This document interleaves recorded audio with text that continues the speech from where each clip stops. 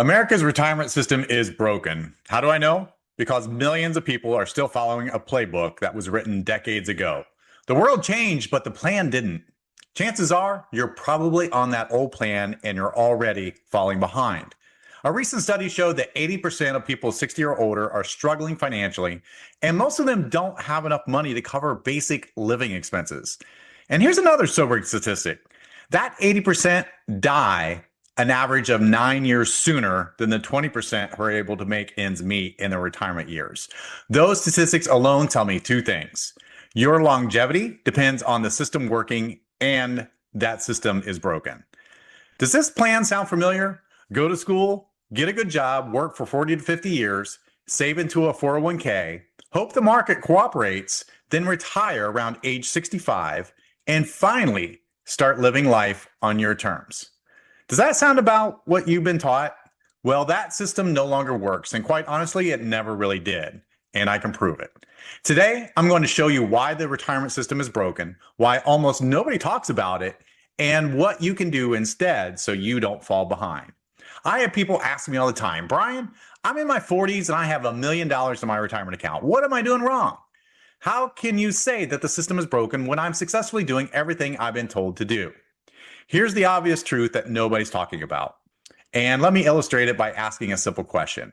If you had a week of vacation, would you want to spend 6 of those 7 days traveling to your destination and only leave yourself 1 day to enjoy your vacation? By the way, you would probably be so exhausted from traveling that you're too tired to even enjoy your 1 day of vacation. But that's how our retirement system works. It doesn't make sense when you really think about it. Here's a simple question that no one has an answer for. Why do we spend the healthiest, strongest, most energetic, most adventurous years of our lives working? So we can finally enjoy our freedom when our bodies begin slowing down? The traditional retirement age is 65. The average lifespan in the US is between 76, 79 years. The average American who reaches retirement may have roughly 10 to 15 years of life remaining, though health and mobility can change dramatically during those years. Have you ever cared for someone in their last decade of life? It's not pretty. In fact, their quality of life is downright miserable, but we are told those are our golden years where our time is our own and we can finally do what we want.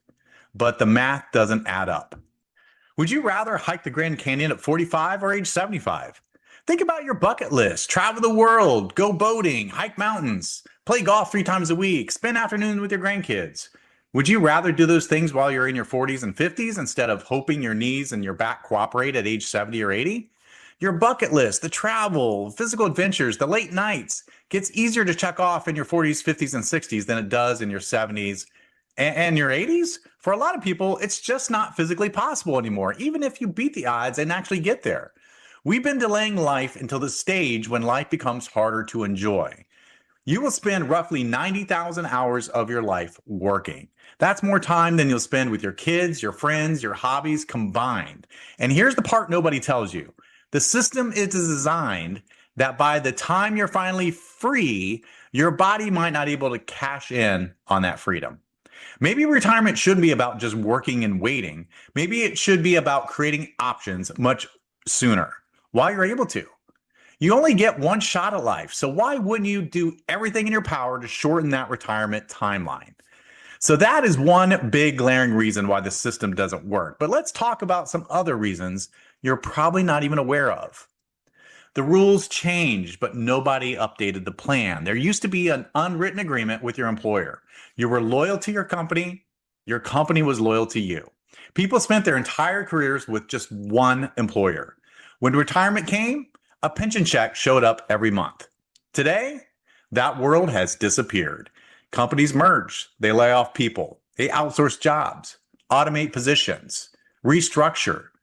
Most employees today work under what's called at-will employment, meaning employers or employees can generally end the employment relationship at any time within the limits of employment law. If your employer can end the relationship with zero notice, why are you expected to plan the next 40 years of your life around staying loyal to them? The promise of lifelong employment is gone. Yet many people are still planning their future as if it still exists. The game changed, but most people are still playing by an old rule book. Here's a big realization. Retirement risk quietly moved from companies to you. This may be the biggest change that nobody talks about. America shifted from defined benefit pensions to defined contribution retirement plans like the 401k. Now, that sounds technical, but here's what that means. Companies used to carry much of their retirement risk. The pension itself took on all the risk. It had to manage through inflation, recessions, market conditions, and the terms were the pension paid you every month, regardless of your lifespan. Now, that risk is on you. If the market crashes, that's your problem. If inflation reduces your purchasing power, your problem. If taxes change, your problem. If you live longer than expected, that's also your problem. The 401k is an excellent savings vehicle, but it was never designed to guarantee a comfortable retirement on its own. It was designed to supplement your retirement, not be the main vehicle. Also, inflation keeps moving the finish line. Here's something most people underestimate. If inflation averages just 3%, prices are going to roughly double every 24 years. So think about that. If your lifestyle costs $70,000 today, it could require around $140,000 a couple of decades from now just to buy the same things. You're not standing still. The finish line keeps moving. No wonder retirement feels farther away every year, even when you're saving. And here's the part that should make you a little angry. Financial planners and asset managers get paid whether your account goes up or down. The fees come out either way. Wall Street wins regardless of what happens to your retirement account. Here are some numbers that tell the story. The average 401k balance in America right now is a little over $148,000. But the median, meaning what a typical person actually has, is close to $38,000. And more than half of US households have no dedicated retirement savings at all. Financial experts say you need around $1.46 million to retire comfortably in America today. The median 55 to 64-year-old has about $185,000. That's only a fraction of what they should have. Let that sink in for a second. Hopefully you're better than average, but even if you are, you have some more bad news that you need to hear. As time goes, everything gets more expensive. Housing, healthcare, insurance, groceries, property taxes, education costs, nearly every major expense has become more challenging for many households. Meanwhile, many workers haven't seen their purchasing power rise at the same pace. In the past 5 years, cost of goods has risen 25%, while wages have remained relatively flat. Do you think that's going to reverse or continue? Saving for retirement has become much harder than it was for previous generations. Here's another misunderstanding.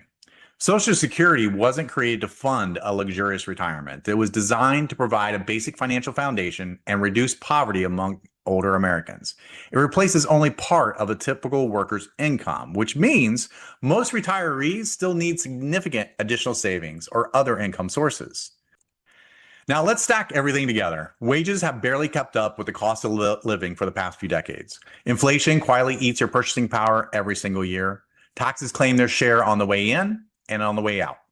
And Social Security, the safety net almost 3 in 4 Americans say they're counting on, it's projected to start paying out less than full benefits once its trust fund is projected to be depleted in about year 2034, unless Congress acts. What else could possibly go wrong? And yet, this is the exact model that roughly 95% of working Americans are living inside of right now, today, probably even you. Nearly half of working age Americans are on track to be unable to maintain their standard of living once they retire. This isn't a personal failure playing out millions of times across the country. It's a system producing a predictable outcome because it was never built for the world that we live in now. Keep in mind, the true goal isn't retirement, it's freedom. It's owning your day where the time is all yours. This realization completely changed how I think about money. Retirement isn't really an age, it's a cash flow problem that you need to solve. If your investments, businesses, rental properties, dividends, or other assets produce enough income to cover your lifestyle, you gain something much more valuable than retirement. You gain choices. Maybe you continue working, maybe you don't, but it's your decision, not your employer's, not your bank's, not your calendars. If you want to see how I solve this problem without investing capital or tapping into my retirement account, check out our partner program on income-automation.com. I'm not saying don't invest in your 401k. You should, especially if your employer matches your investments. I'm not saying ignore retirement accounts. They're valuable tools. What I'm saying is don't mistake one tool for a complete plan. The retirement system wasn't built for today's world, nor has it ever allowed someone time freedom while they're their most able-bodied, energetic self. It was built for an economy with widespread pensions, lower education costs, different healthcare expenses, shorter retirements, and stronger expectations of long-term employment. The world evolved, but the system did not. So instead of asking, how old do I have to be before I can finally live the life I want? Maybe we should start asking, what can I do now to shorten the time I need to work so I own my time much sooner? Because the real goal isn't simply to retire, it's to own your time. If you enjoyed this video, hit that like button, subscribe to Income Automation, and share this with someone who's working hard but wondering why retirement keeps feeling just out of reach. The sooner we start talking about what's broken, the sooner you can start building something better.